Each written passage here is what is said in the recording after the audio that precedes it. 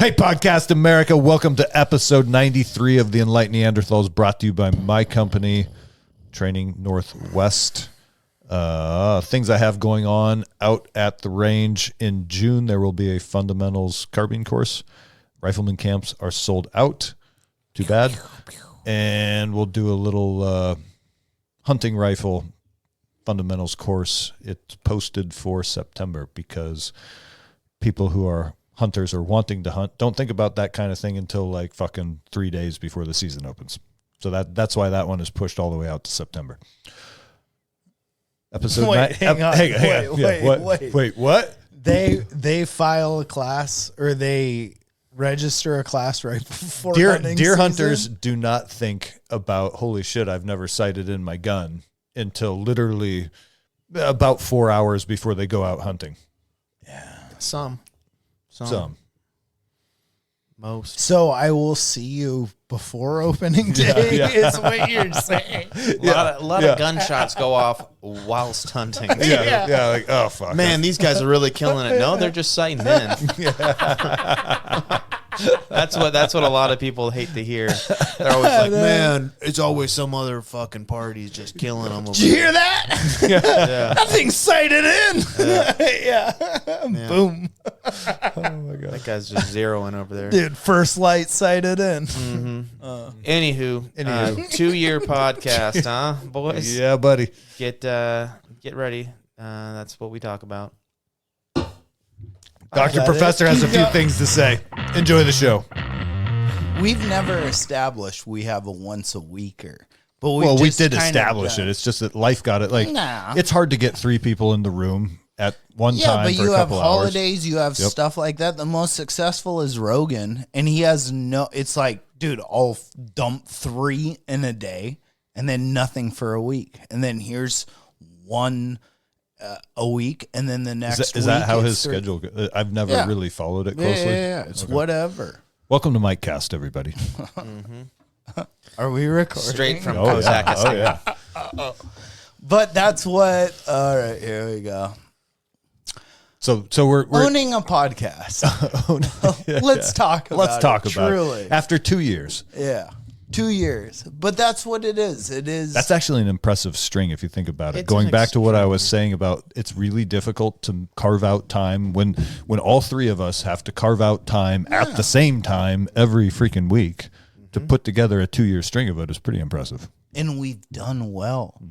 Yeah. Time to kiss our own asses right now, boys. Let's jerk ourselves off. How well have we done? Hang on. Easy. Our own selves, or across is everybody reaching to their right? Every man for himself, but eye contact is necessary. But we've done well, and necessarily we've given eye contact to our audience. But but yeah, that's what I mean. It's like, listen, you have holidays, you have busy periods, you have life happen and stuff, but seriously, for the last 2 years, we've consistently done this. And I would like to think that I've put out tremendous content. 100%. I don't know how you feel. Yeah, absolutely. You have. You've done great. Listen, Mike, you are a podcast sensation. Yeah, I'm gold, baby. But I really enjoy doing this with you guys. And then, like I said, it's been 2 years and we have done phenomenally well. The amount of times I've gotten shit from Danielle, she's like, what are you doing? I'm like, I got to go podcast. We have to release it's a weekly one this commitment. week. Yeah. And she's like, you're always hanging out with the guys. And I'm like, I did a shooting class earlier yesterday up at the woods, but then it's like, yeah, we'll go podcast later. I barely ever see them. She's like, this is family time. Yeah. Just shut up. Yeah. Don't you have some yard work to do? I'm like, oh, fuck. But it's been fun. And I do like when we have like topics or like book reports or subjects. Like, I like it when someone gets fired up. Yeah. I don't care if it's me, to be honest. I love it when it's me. But I don't care who it is, but I like someone that's fired up on a subject. And to like have something we're going to talk about, it's like I can find joy in anything like talking about. That's a gift. Because it's like maybe someone gives you a different perspective. or just a different way of approaching something. Yeah. No, well, and that's kind of been the nice thing about this whole situation is that like 3 different point of views that kind of align, and oftentimes 2 kind of align a little better. You guys than are one. on your own and, side. and we Sometimes 2 of us align against one. Dude, there's a Mason-Dixon line across this table, boys. There's been and some I shitting sail on- solo, but that's welcome to that's Kozak life. That's not all the time, though. There's times. I'm a little offensive, but not completely crossing that line where you're going to attack me. Yeah. But that's I love it though. I love that you guys are so completely opposite of me, and I love like if we all sat around the table and just Tobin was jerked like, each other off to the right. Yeah. Everybody reach right. Tobin goes, I think this, and Jordan goes, that's awesome. I think that too, and I go, that's fucking awesome. I think that too. Well, show's over. Yeah, exactly. You need Time to wrap it difference. But we, like you said, we all still have commonality of like what we think, like morals or life or like how someone should act or where we are in this point in history, how things should be. Mm-hmm. And it's fun to see how people get there in a different way. You call me communist, but he loves tariffs. Best way ever. But in certain ways, I do think there's a lot of tenets of taking care of your tribe in that ideology, of like,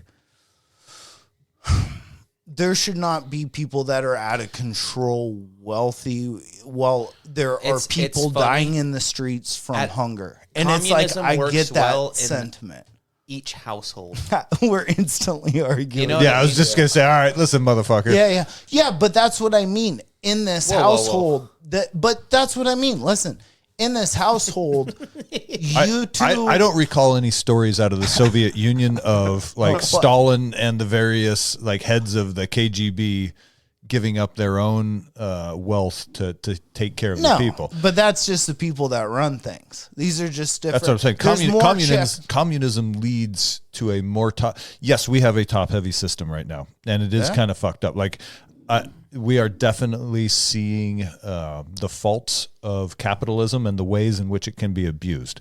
Because the reality is, just like socialism, if it's not executed in its pure form, it gets corrupted pretty quickly and pretty easily. These are all. But at the same time, this system does provide more for those people in the lower class than does communism.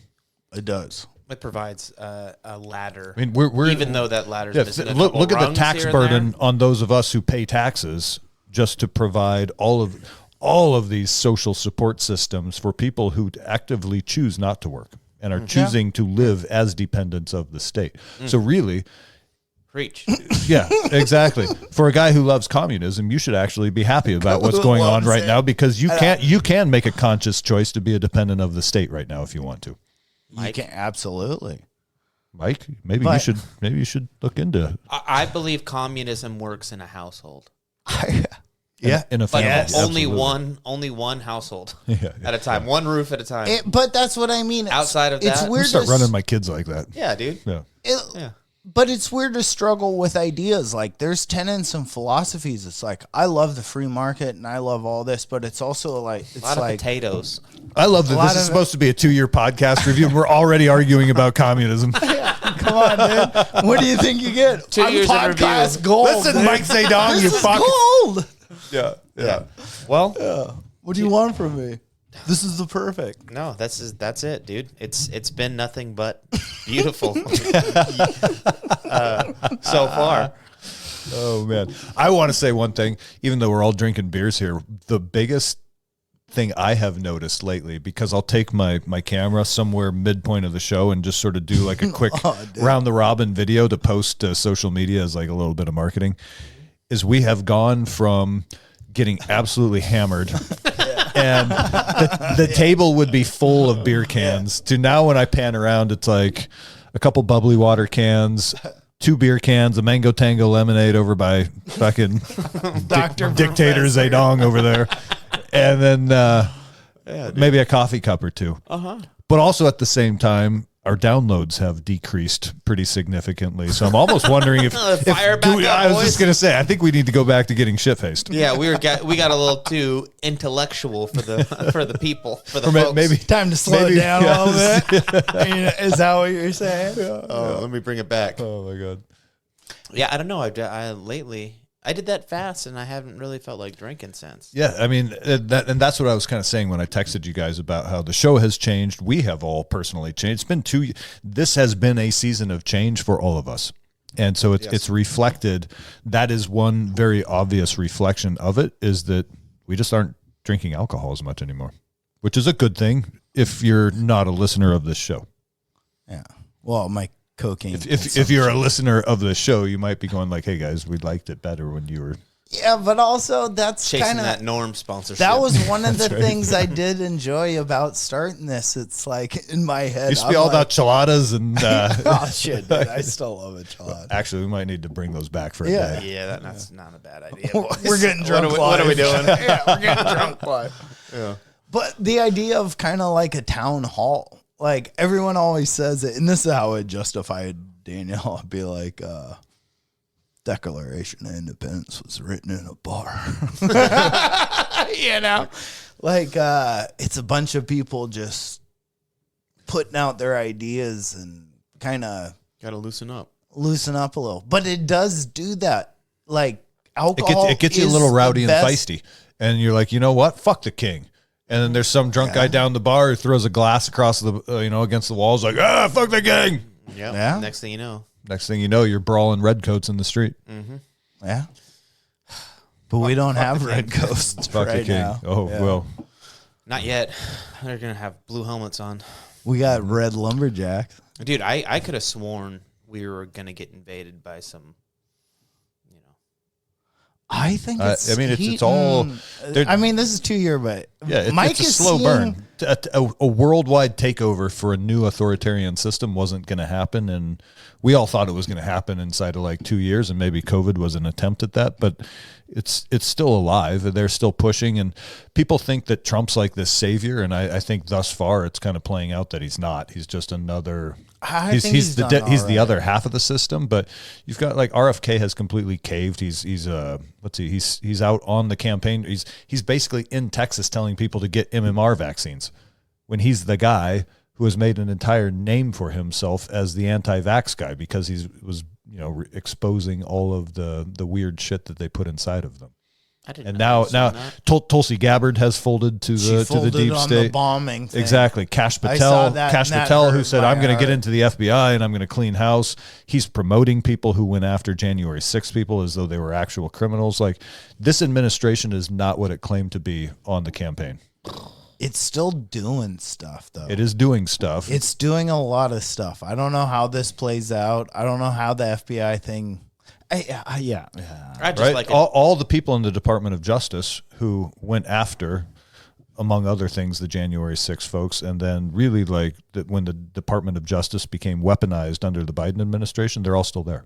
They were all supposed to be fired, run out, and actually prosecuted. Fauci, I guess a lot of these people got pardons too, but they at least should not be in the building working for the FBI or for whatever agency they were during the last administration. I thought Trump was taking back pardons.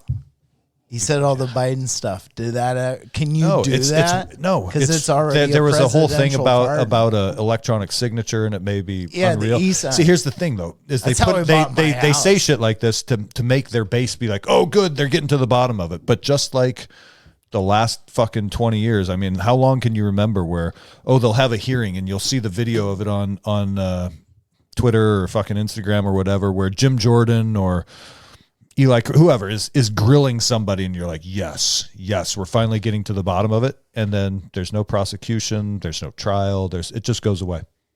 And everybody's satisfied because they got a 2-minute video on Instagram. That's how fucking stupid the masses are. Everybody is so like, they're like, yep, we got our vindication. They had to answer some tough questions, and a 2-minute video clip got released of them stammering and not being able to get through the questioning, and nothing real ever fucking happens. the orcas are getting hungry, boys. Exactly. I think real things are happening. I think the Trump administration's getting sucked into Iran, whether they want it or not. Which leads me to the next point, which is that I like I said, I warned of the Trump administration being something different than what it claimed to be. I think he is Israeli controlled, and you can see the Israeli influence all across our government with the number of Hey, Tobin, congressmen and senators Tobin. who are dual citizens of Tobin. Israel. Yes. from the river to the sea. Yeah. Is that where you're going with this? No. Where I'm going with this is Are that you- another nation should not be in charge of our nation. And we should not have a whole bunch of elected officials claiming dual citizenship all to the same other nation. And we should I not be don't getting think- involved in a war with Iran because Israel wants us to. That's where this is coming from. Yeah. Hey, good point. 2 years. 2 years, boys. Yeah. Well, in other news, You know, Also, but I that's like beer. what it is. That's why we started this, you know? We said in that inaugural podcast, like, things feel weird. Let's just talk about it. 2 years fucking later, we're talking about like just like, oh, Trump, the second Trump administration is having problems. ICE is deporting people left and right. He's holding true with promises. Tariffs are fucking going out like a mattress liquidation sale. You know, it is. All the like- tariffs were suspended for 90 days today. That's what I heard. well, I heard that on the drive home. when that deadline passes, hey, you know what? We'll probably extend them another 90 days. However, it's been great for the stock market. Yeah. Yeah. I liquidated everything right before it tanked. Haha. And now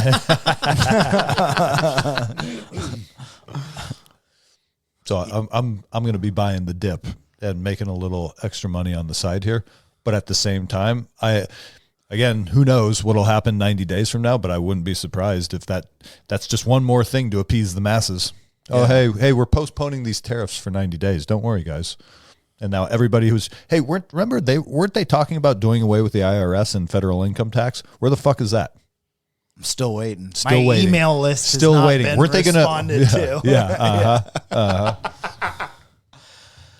I mean, but isn't that's why, fuck. I used to think like the president really has no honest power. I'm like, the president is like bought in by people that fund their campaign as kind of a puppet and stuff. But it's like, well, fucking having Trump in office, it's like, a president does have power. Like Biden's like, oh, we can't do anything with the border. He crashed the It's market blah, blah, earlier blah. this week just by his douchebag press conference where he wouldn't shut the fuck up about tariffs. Yeah. Like he's, Oh, that's every press conference. I know, that's what I'm saying. It's There's like 7 he can't hours just say it or can't just do it. First, he tanked the market with his threats of tariffs, and a whole bunch of people lost a whole bunch of money. And then he went, oh, you know what? I'm going to suspend those tariffs for 90 days. Oops, my bad. Sorry if you lost your ass. I mean, but the plan of the tariffs is not the charging technically. The plan of the tariffs is because charging is so uneconomically feasible that it drives you Charging to have what? Sorry, explain. like a tax to have, like if you were based out of China and you want to sell goods in the United States, what that does is, right, it economically drives you saying that making something in China and shipping it is not as economically feasible or like plausible as having a Chinese company with a factory in the United States making it will charge you less, right? So it is, and this is what, I mean, fuck, my parents have been saying it since I was a kid, and now that it's happening, they're like, Trump and Elon are the devil, but it's like all our jobs are gone. Yeah. And it's like, well, it's not about the charging. We're going to get in a world of hurt. But I think if the United States could ban like a World War II, like ban, like we have to have manufacturing and things Ban brought what? back here. Ban like external goods. More. Remember our money episode when we were talking about different forms of economics? We had classical, and the big part of classical. Were you talking about different forms of economics? Oh yeah. But the big Certainly. form of Classical. classical was produce as much as Was the other you one can. Austrian? yeah. Is it right? Yeah. See, I knew that. And the last one, Yeah, it had some weird name. I have a bad knee. I need to walk with a. Crutch? Kane. Keynesian. Oh, Keynesian. shit. I'm gonna say that's a team effort. Yeah, hey, we put it together.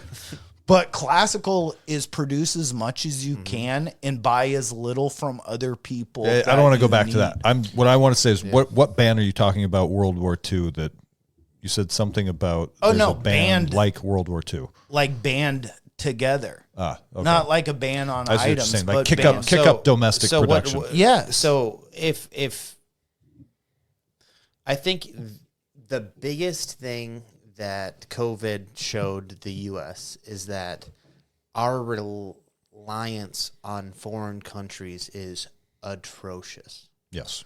And that is what I would hope that tariffs could do for us is bring manufacturing jobs, all that kind of stuff back to the U.S.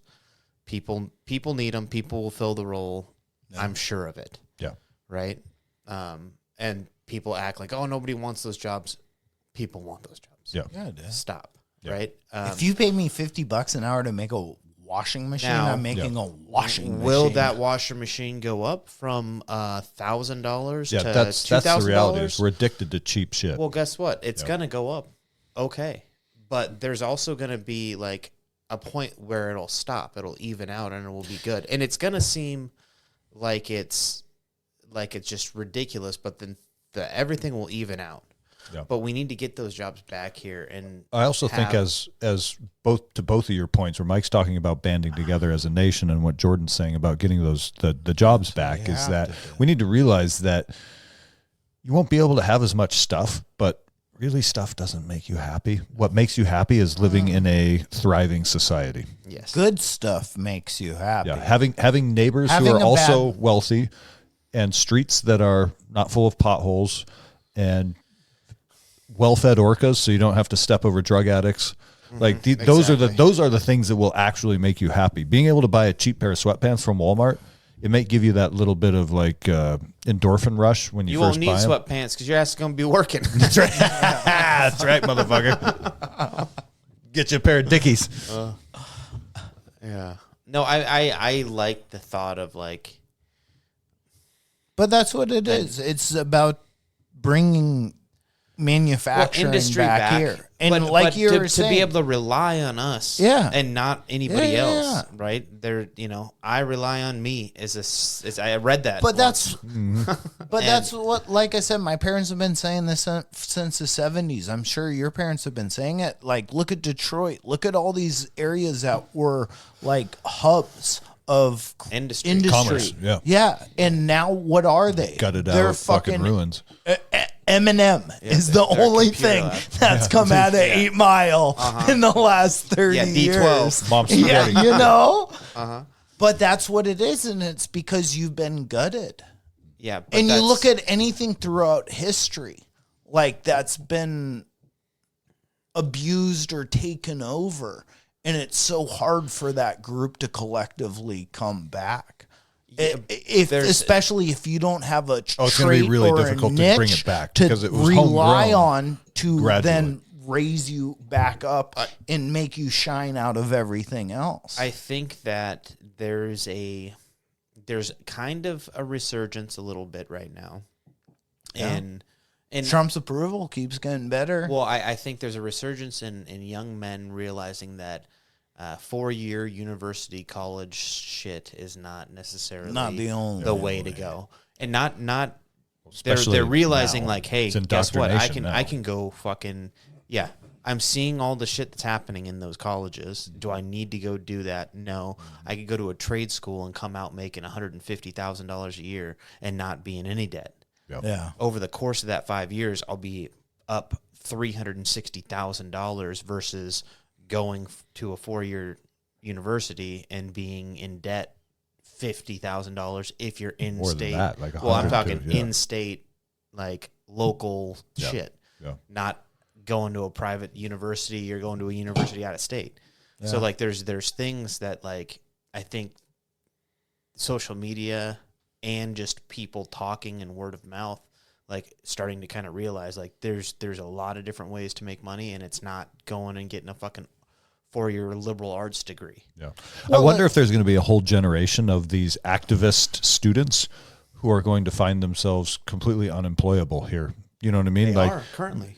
That's The unemployables and unfuckables. that's what I'm saying. Like, and it'll be, you know, let's say if you start like the freshman class of 2018 that got caught up in 2020, all the way through if you're a freshman in 2025 and you're graduating in 2019. So there's 11 years right there. You're going to have like an 11-year span of people who went to college, got indoctrinated into all kinds of weird political shit, didn't actually learn anything applicable to a job market, and now they're all fucked. They're going to be up to their eyeballs in debt, and they're going to spend the next 2025 to 2035, they're going to spend realizing that they don't know how to do a fucking thing and that nobody wants to hire them because they're a giant pain in the ass. Not only can they not do anything that leads to commerce, they're also a giant pain in the ass that detracts from commerce. So anybody with a brain who's in a hiring position is going to be like, I don't want to fucking hire these guys.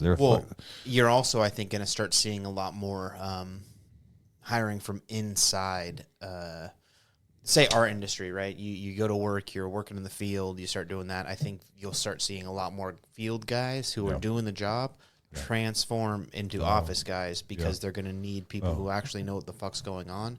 Yeah, and then it's easier to learn the computer than the trade. Mm-hmm. Mm-hmm. So I think that in that regard, I think you're going to start seeing a lot of that happen, and that's going to be where you're going to see correction coming because kids coming out of college are not going to have a fucking clue as to how to run a company. Yeah, I mean, some of them will. Some fucking great entrepreneurs never fucking touch anything in their life, and I'm sure there's still kids there who are studying real stuff. Yeah, and with an eye on being a professional. Yeah, but there's a lot who are just Indian. there to. Yeah, exactly. They're Indian, Chinese, and Taiwanese. Yeah. It's funny a lot of engineers. It's funny what you guys are saying about that because growing up, my youth was very much like if you don't go to college, you're stupid and you'll make no money. That's how it still is. It still is, but I think it's more transparent. Like you didn't have Instagram, you didn't have all these things. I run a pressure washing business and I make $300,000 a year with these. It's like it's more it's in your face, and so you have a little bit better understanding. Back in the day when it was just like, oh, that's a stupid construction worker. Meanwhile, all the richest people I know have the most money due to moving earth with giant machines. Yeah. You know? So I do feel that like this point in life and time, like having this thrown, it is like, you guys say it, but even in the Mayan stuff, like their calendars are 800 years in the Baktun. It's like this year. I don't think I've ever said that. It's been said many times on construction sites. It's a year of change. And in the Hindu, what is it? Kali Yuga? Yeah, Kali Yuga. It's a year of change. It's everything. We're passing like in all the astrology. We're passing into a new it's the age of Aquarius or whatever it is, and then the new if you're Indian and Hindu, it's the new yuga is starting. Yeah. So there's if all that shit is real, which more and more I'm thinking it is. This is a giant period of change for even the magnetic pole is shifting at like a crazy rate. And this is something I always geek out on. Oh, here. Well, this magnets are going to start falling off of fridges. Yeah, exactly. Get ready, motherfuckers. My dog fucks my cat. Change. That's right. Ducks and geese living together. Yeah. But it is a time of change because I think things are so apparent. There's like the ability to exchange. Like, remember when all the riots were happening of George Floyd and they're like, nah, it's cool. Seattle's fine. And then you log on to Instagram and it's like live streaming and it's like tear gas and pepper. And you're like, holy shit, dude. I have a better account of what's happening right now on the ground in that spot than I do watching my phone. I have a better account than I do on the news. I'm starting to question transparency. Yeah, I'm starting to wonder how much of what I see on my phone is real. Yeah, well, I mean, you're getting a feed of doctored things. When people are how much live of it is real streaming, and how much of it is a movie set. I'll say it this: Michael Jackson, when he died, the king of pop, he was the most famous person. Yeah, when he went to his other when he island, went to live with Tupac and Jeffrey Epstein. Yeah, and Elvis. Yeah. Right? Who broke the story? What news agency broke the story? TMZ. No, it wasn't. Was it D's? D's nuts? Yeah. No. No. Who? Twitter. Okay. Fucking. And you Twitter. know what that is? Is because someone that worked in the hospital had a Twitter account, tweeted and it. they're like, "Oh, I think the King of Pop is in this," and they took a picture and they posted it. What this communication does is it gives instant transparency so quickly. I think we're in the Instagram and Twitter feed. I'm almost completely off of social media now because I don't trust it. But it's now it's become so like you can tell the narrative that's if you zoom out and ask yourself, hierarchy. okay, what narrative is this app trying to show me right now? And it's like, oh shit, it is very definitely feeding me very curated information to direct my attention in very specific directions. Boobs, guns, and stand-up comedy. Yeah, that's, we got And the a same. thick thigh. Yeah. Squat University.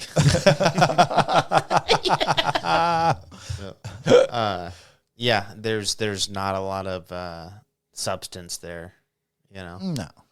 But it's also like the wolf you feed, right? Yeah. You start clicking on stuff, and next thing you know, Yeah. you know, you scroll But down Instagram is technically not like our platform. What our platform is like having all the like JFK files being released, and it's not. I go to my library. Oh yeah, and there's they'll another hand me- broken campaign promise, by the way. Yeah, but what do? You can download PDF instantly.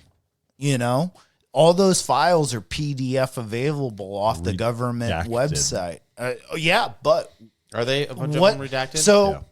but I mean, I think because they so were- much weren't- stuff. weren't they going to release the absolute client list too? Fucking No, butt. no, no, Enough no. of the Yeah, butt. quit Like, with the butt. Release So that much shit. stuff's redacted. Yeah. You can see kind of where they're covering trails. What it seems Yeah, like is so the why the mafia, fuck are they still covering trails? the mafia, the CIA, and sorry to go back to your point, who? Mossad, the Israelis, Yeah, all involved. Of course, from the river to the sea. yeah, these goddamn Yeah. They were. They were It was a fucking with Indiana trifecta. Jones too, Yeah. What? Yeah, that's right. Who? Indiana Jones. right? Or Wait, was hang I on. just wrong this whole Were the time? Jews fucking Indy? It feels like it. What'd they do? Huh? I'm pretty sure Harrison Ford got fucked. Like money wise? Or I I'm don't thinking know, dude. in the film. I don't know. I'm trying to. I was just backing Jordan up. Thank you. Blind patriotism here. You know what? They were fucking Indy over, and I'm Crystal tired Skulls. of it. I'm tired of it. Listen. Yeah. I As a blame man that- Israel for No. the final Indiana No. Jones Yeah, movie. it belongs I like into a Indy. museum. There were I no like there were no Indy. Israeli No. characters in the movie, but they were behind the making of the Crystal Skull movie that sucked balls. Yeah. Yeah, what was the one? They If it hired wasn't, Shia LaBeouf. if it wasn't for Indiana Jones, we would have ended with the Last Crusade, which would have made. Or sorry, if it wasn't for the Israelis, we would have ended with the Last Crusade, which would have made sense because it was called. Yeah, The but Last the But the they're over here Israelis talking were involved about- in the Last Crusade. Were they? I thought Were it was they? the Germans. Of course, It was they the were. Germans, but I mean, Where the who Germans hit it? are, the Israelis The are supposed to be. Jews. Yeah. Right? Who really has Who the Ark of the hit it? Covenant? We Yeah, all know. they hit We it. all know. So yeah, That's a good movie. solid movie. Last Crusade. Temple awesome. of Doom. I Temple think of Doom is the is best. kind really. I think that's the worst. It's the That's my most favorite. fun. It is for my real? It's the favorite. Kalima, Kalima, Sakrite. Kalima. Humbum Shibai. Humbum Dr. Jones to Shibai. you, lady. Yes. Hey, you know what? Short stack. 2 years? 2 years, boys. Hey, you know, things just make sense. How about a 2-minute pee break? Yep. Halfway through. Yeah. All right. That might be your new tagline, Mike. I'm a purple What belt. was black that? belt. I'm a purple belt black, and when in doubt, invert. Was that Yeah. the second quote? All right. Yes. I But was that's what it inverted. But think about it. If you are fighting up here and someone inverts, well, they just threw the trajectory off, right? All of your little access points are different. So not only it matters a little bit when Jiu-jitsu is you're not gay. no, but it matters a little bit when you're front on front. You said the access points I are was just say different? because when they invert, Your what he access. means is they put their balls in your face. your access points Oh, are I thought you like said access. no. I was like, access ooh, to what? when you're front to back, like when you're in front of someone Whoa. and they invert, no matter whether you're on top or on bottom, they invert 180 or whatever. It's still pretty much the same position, but now you kick that to the side. Right? And you say, like you had with him, Oliver, you have foot control. As soon as you kick to like a 15 degree, well, now you invert and everything's upside down, but it's at a little bit of a slice of the pie. That same thing is wrestling, that's striking. Those little angle movements are the key. And so when you can invert, it can take something as simple as a 15-degree angle that you just cut a little bit by pulling someone's elbow or getting past them. But now you invert it, and it's so far past their perspective as what can happen. Because it's not just 15 degrees to here, it's 15 degrees to here upside down. So now everything's going shit. Right. So I think, and that's why I say I'm a purple belt, black belt, because a lot of my game is based. Everyone's like, oh, you flow. It's like, no, dude, I just constantly try and go. And like I think alligator. He's always rolling. inversion changes your angle the biggest. This is really And that's when you started was purple belt what? to go inverted. To be Blue belt. Greg grabbed me early. Please explain the purple belt, black belt then. Or is it? No. I was a blue belt. No, when So I you're a came, blue belt, black belt. I was a blue belt when I came to Greg's gym and stuff. He finally gave me my purple belt. But I'm just saying it's purple belt mentality to invert. Like you learn all the basic moves and then you learn to invert. A lot of people that you see start to like level up, invert around purple belt. Some people, myself included, never stopped. So through brown through black, it's just like fucking take it crazier, spin, and you start to learn little tricks and maneuvers. And but I've never grown out of purple belt. I've never stopped inverting. No, I mean I don't think you ever do, right? Like that's now part of the game. It's part of your game. So it's step one. Yeah, it's on my feet, on my head. Yeah. I don't know. I think having started coaching jiu-jitsu versus just basic wrestling, or I say basic wrestling, right?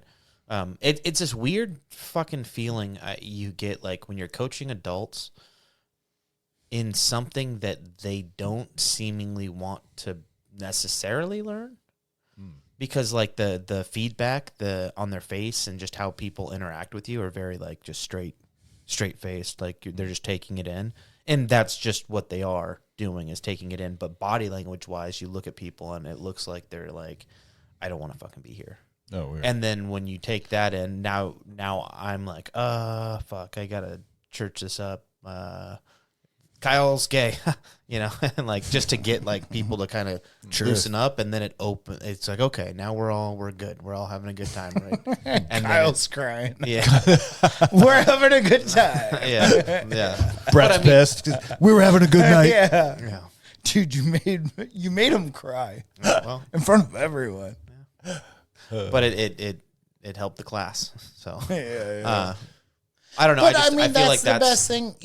If you have an instructor, even I don't know, even if the like, I won't declare it 100%. Even if the technique is a little bit of shit, but you have someone that's grabs attention. They have a good attitude, and they have a little bit of command over the room.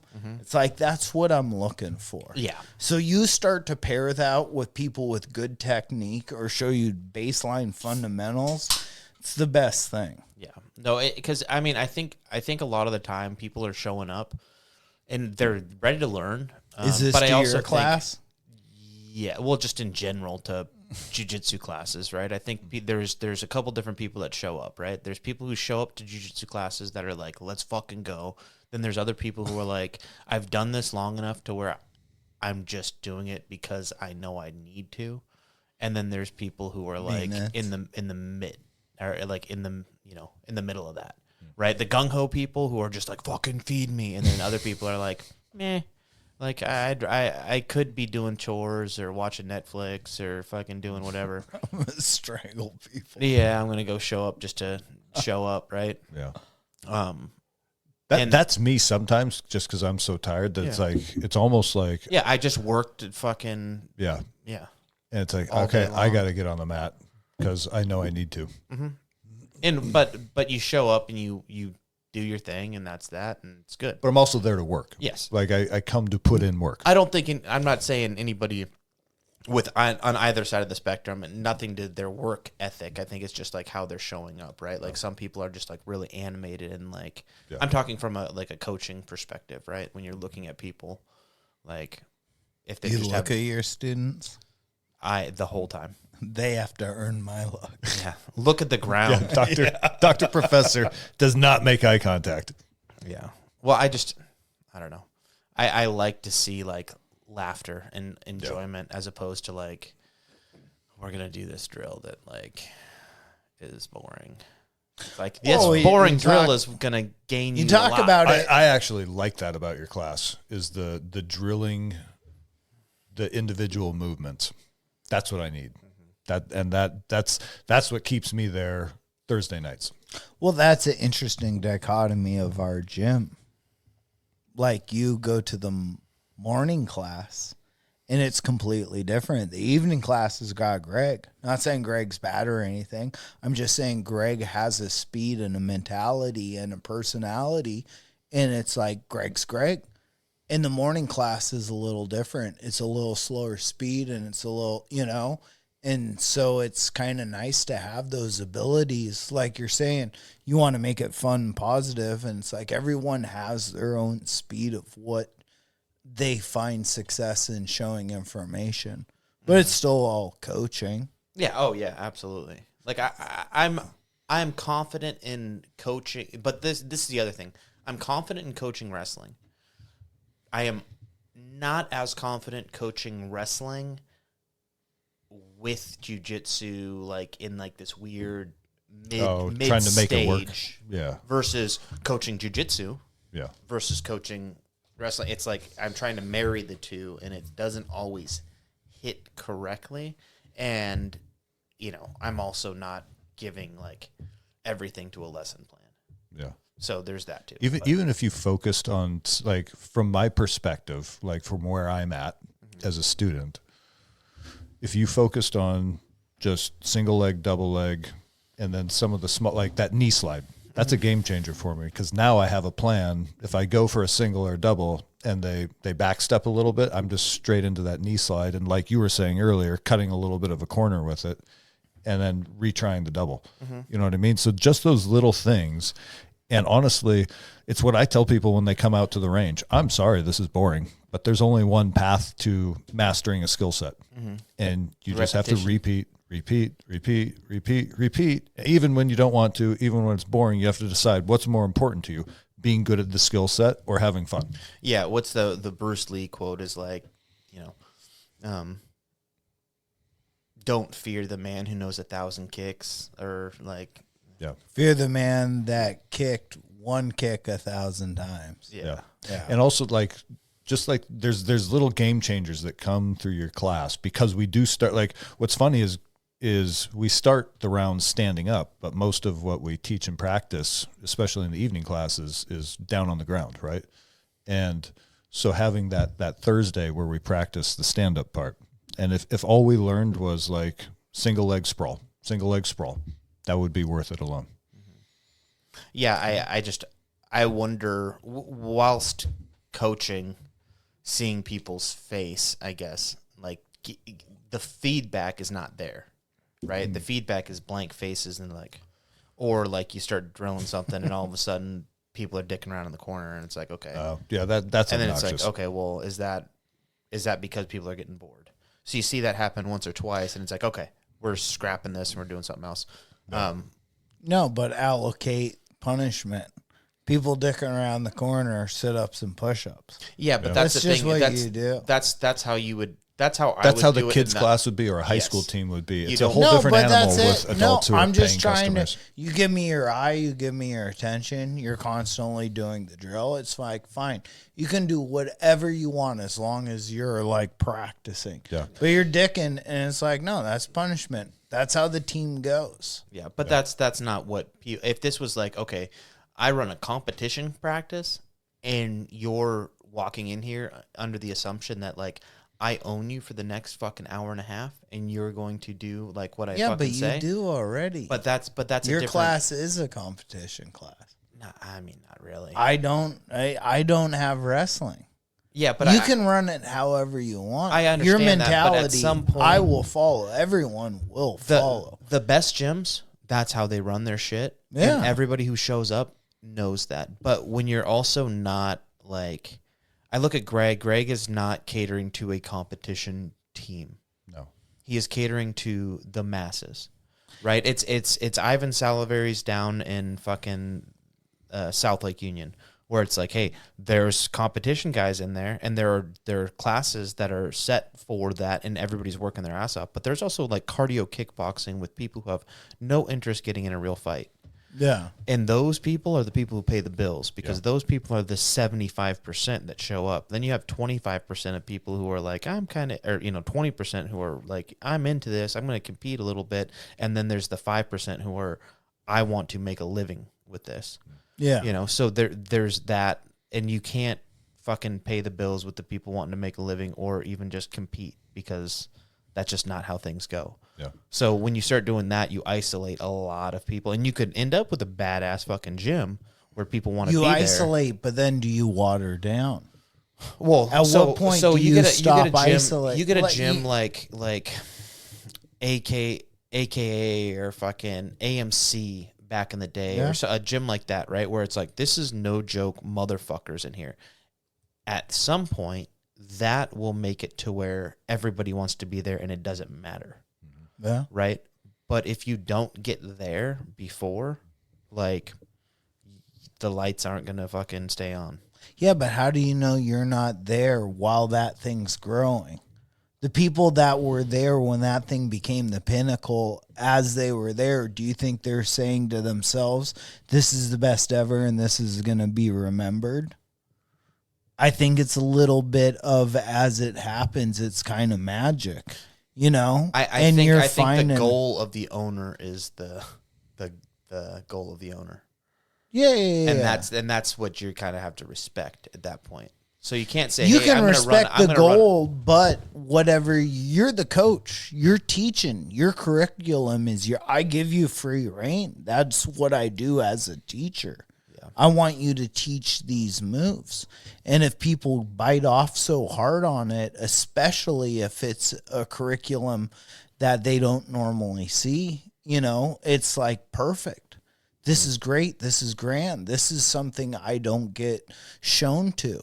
And not only is it like it's not a competition style, it is a competition style. Because what you're trying to do is create a mentality and a diverse flavor of practice of like grappling. Yeah. I don't know. It's also good to have it all. 100%. And I'd like to run a couple classes that were like full knowing, like show up because today's going to be a fucking nasty day. Yeah. But like that would have to, I just feel like that needs to be addressed beforehand. It's like, because I wouldn't want people to come in. Because there was classes before, and I knew how much wrestling was involved, and I would slowly see myself out of the way of the gym. But it's like, that's also that's how you end up with two guys in that class. Yeah. But that's also the benefit is what you're getting in. It's like, this class is going to push you. This class is going to make you better. Right? I'm older at that time. There's a flip side of that too that I can speak to, which is that because I'm 45 And so after a full day of work and then a long fucking commute, it kind of is my like fuck off. So like it feels good to get on the mat and move a little bit. Yeah. You're not gonna get me to move fast, or maybe a little bit when we get warmed up and then start doing the actual techniques. I'll start getting into it. But like especially those early drills, it's like fuck man, my knees hurt, my ankles hurt, my back hurts. Slow roll into this. But like he was See how saying we're though, feeling. a little bit though, we're not the mentality of a fight gym or jiu-jitsu gym. We're a bunch of 40-year-olds. That's what I'm saying. We're also a bunch of hobbyists. 30-year-old. 35. Yeah. I just look 30. It's a unicorn at his peak. At 6 p.m. is when I want to be in my fucking sweatpants at 6 p.m. But and so for me, it's only 2 days a week that I go in there. And it's for hard. for those young 20-year-olds, it's important to see that though. That this provides that type of hardness. Not only do we have a lineage of technique, but we have a mentality that correlates to it. And I think that's a little bit of maybe Greg pushing more effort into the kids class, because it's like if we create little fuckers at a young age, by the time they're 15, 16, 17, 18, 20, that's how you create world beaters. Man, I wish I had learned this in high school. A little bit, yeah. But it's not the only thing, but it is a cool aspect of life that I wasn't exposed to. And having different coaches and styles and people expecting things of you a little bit harder. Yeah. I don't know, maybe. I agree. I But think that is also part of the reason that jiu-jitsu is what it is that it requires some fucking commitment and difficulty, regardless of whether you're fucking 15 or 45. There's different ways in which it presents itself as difficult. Yeah. Yeah. No, 100%. Purple belt, you can show up 10 minutes late forever. And it's a coast. You know what sucks is that I like to be 30 minutes early to get warmed up. So it's like I can't take advantage of the fucking purple belt mentality. The late policy. I'll give you my regiment. It'll help. Dude. Yeah, I would like to do a couple classes that were like Intense wrestling. Intense classes. Because then it feels more at home. In your wheelhouse. Yes. Yeah. Where it's like, Yeah, I don't but care. then I don't also- care what you look like because you're going to be miserable. But then also, don't you know where people sit?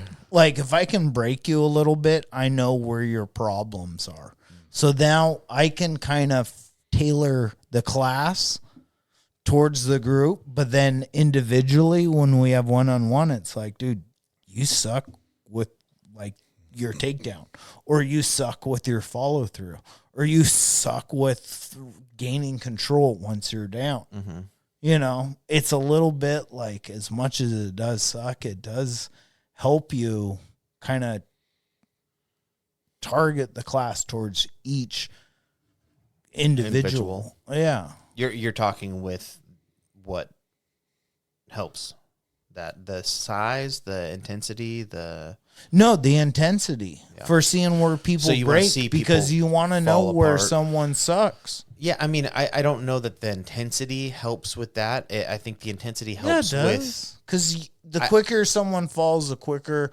What do you always go back to when you get tired or you get fucked over or flustered? You go back to fundamentals. Yeah, so when you see position. someone break, you see what is your base. Yeah, position. Yeah. What is your fundamental? What is your go-to?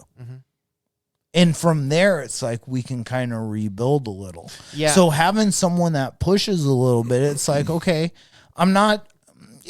This isn't college wrestling. No, I get that. Hear, you know what I mean? I hear what you're But- saying. I hear what you're saying. But I'm just saying, like, as far as like to learn from everybody and get to where they need to go. I don't think it's the intensity. I think it's the repetition and the drilling that where you'll start finding people like, oh, can't do this or can do that, or like, and also like, I mean, I'm not a perfect coach, right? So there's definitely like things I explain and then I see like, oh, I didn't explain this correctly, or I didn't add this in here, and that's so you learn a lot of that in the fly, and you just got to go, okay, hey, just FYI, hey, look at this, or like somebody will do something, it's like, oh, remember, by the way, I'm seeing instructing this. is a skill that you have to build. Oh, absolutely. For real. Absolutely. But I mean, I think that's where I'm kind of struggling a little bit with the mentality of I'm doing jujitsu, but in a wrestling.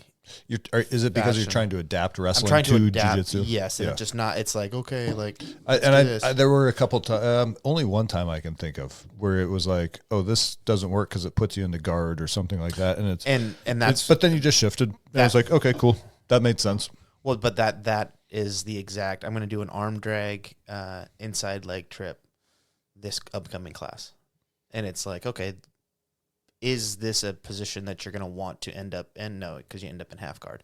But it's a really good takedown, and if you could do it, if you got a heavy half, I guess half top. But what I'm going to try and start doing is doing.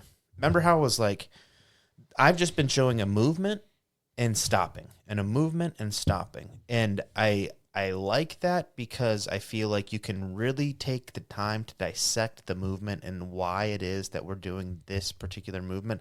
And I notice that people get bored with that.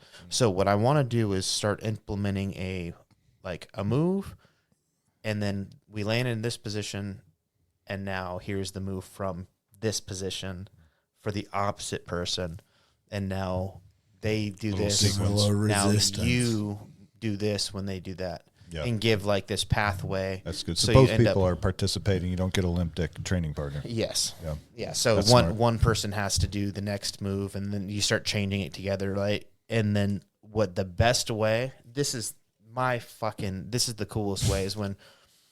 So there's like a track to go down with that, and you create this path, and like partner A does this, partner B does this, partner A now does this. And when you can start doing partner A does this, partner B can do this or this. Yeah. Partner A, does this or this, like dependent. You start creating those decision trees.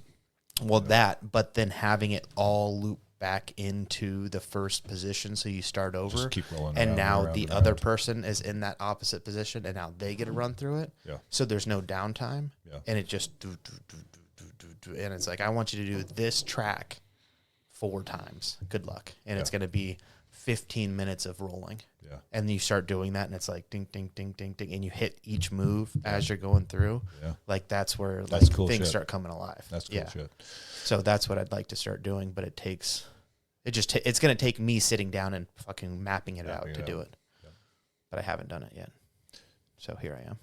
But that's and when in doubt, what I was going to say is that, fire out. But also, I don't think anybody in there has really mastered even the basics. No. So you can even explain that to people. Like, hey guys, I've been there. Because it's not an insult. None of you have mastered a single leg. When exactly. When you fucking retards can do a proper single leg, all of you, then we'll move on to double. Yeah, nobody can tie their shoes right in here. Yeah, exactly.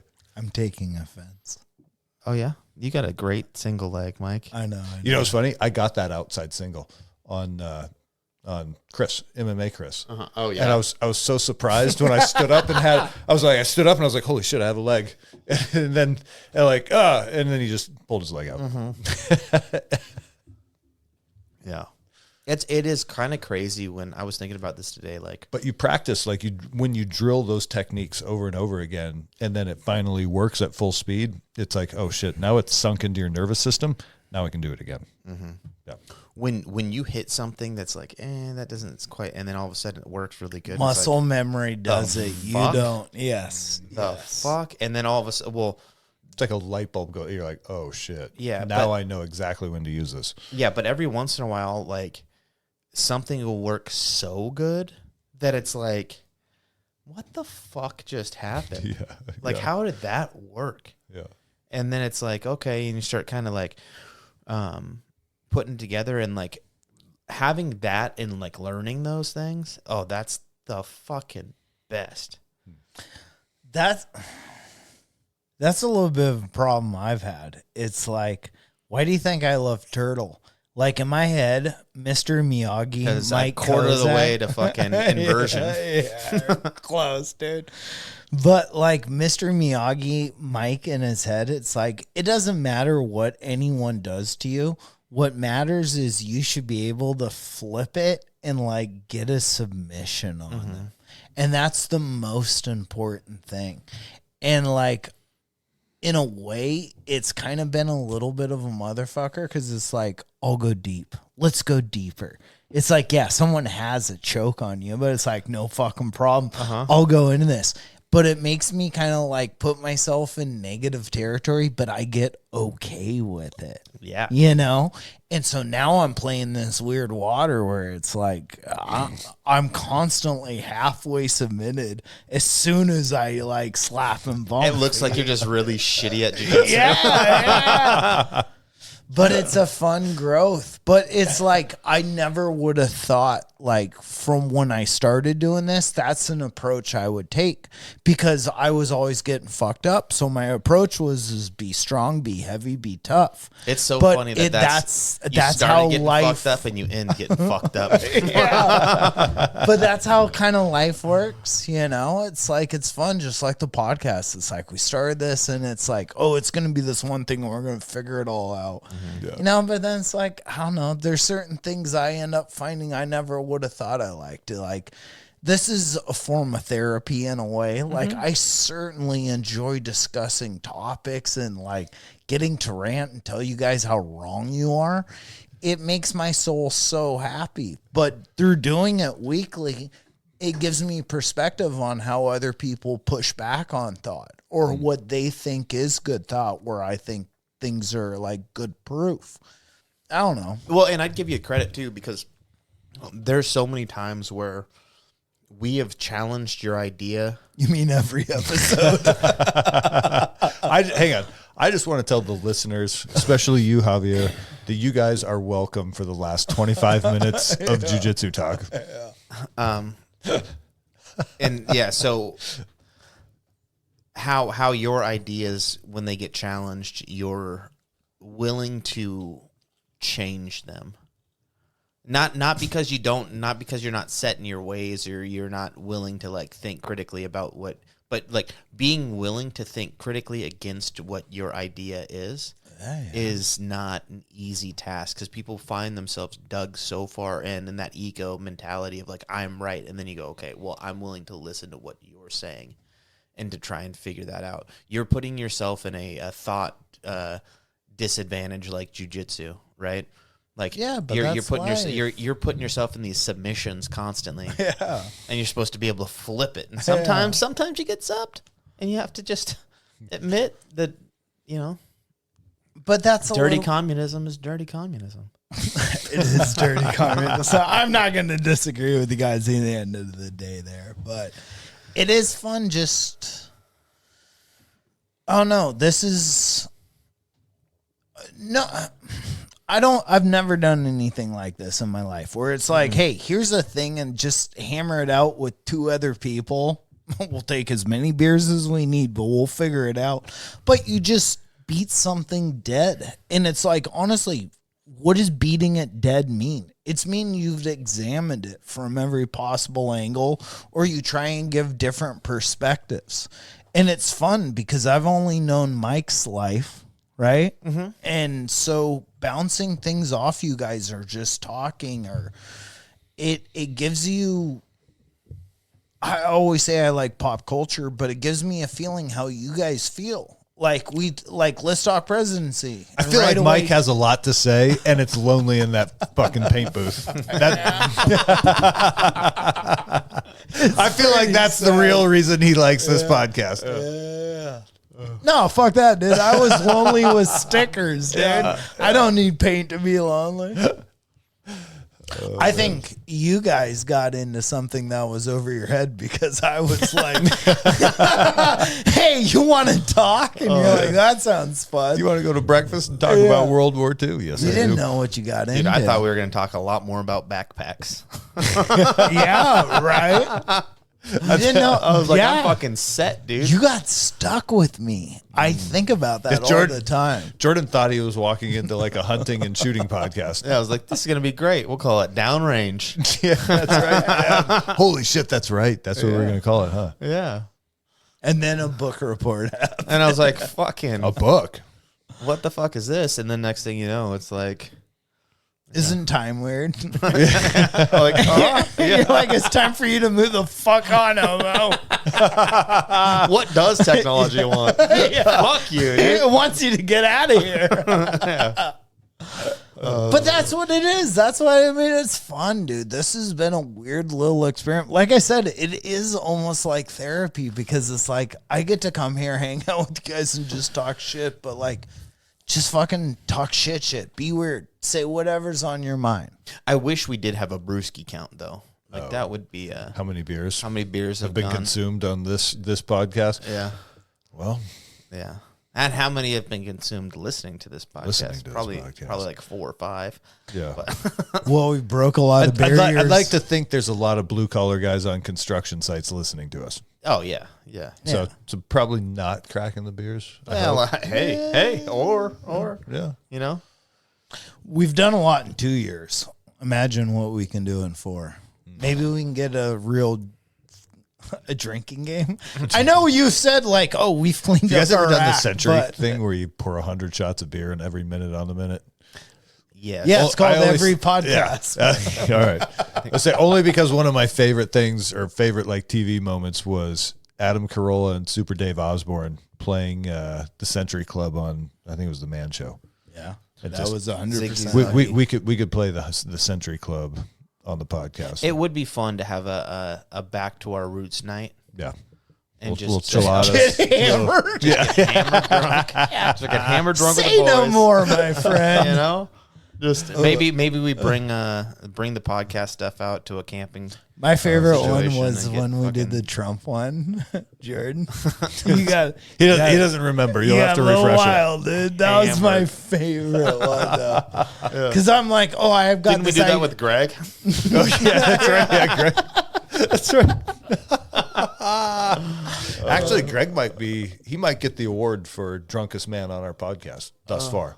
Yeah, for having half a Zima. Yeah, that's right. Yeah. Dude, that guy But drank then- nothing. Well, yeah, Yeah. but then I turned around and was probably get You that award on cried. You his. guys were definitely competing there. Yeah. Who actually won? I don't know. It's the pussy off 2022. The crier versus the stumbler. What can I say, dude? I was feeling emotional. Well, that's 2 years, boys. 2 years. Any final closing words? Do you have any more words, Mike? You're our guy that Kind of wraps these things up. yeah. Closing words? Closing words. Hang on, before we get closing wisdom from Dr. Professor. Absolutely. Like I said earlier, the downloads on the show have gone down since we stopped drinking so much. So if you guys are enjoying the show, There's a beer sponsor. like and share it with that's your looking. friends so we don't have to start drinking again. All right, Dr. Professor. 2 years in. What it's been, my friend, what it's been has been a journey. We've had our ups, we've had our downs. We've been here, we've been there. We've been all around. But through one thing we can always remember. This fucking guy. Come on, dude. That's our fault. There's one thing we can always remember. It's that through communication. No, fuck that, dude. Drink a beer, hang out with your friends, talk about life, and push your boundaries a little bit. Good night, everybody. That's it.